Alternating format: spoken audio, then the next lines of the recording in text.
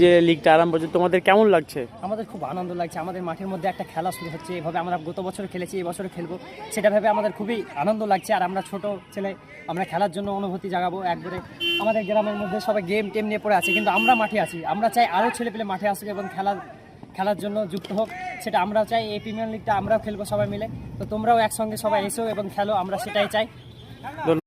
High school মাঠে যে আবার লিগ হচ্ছে, তো কেমন লাগছে? খুব আকর্ষণীয় একটা ব্যাপার, খুব ভালো লাগছে।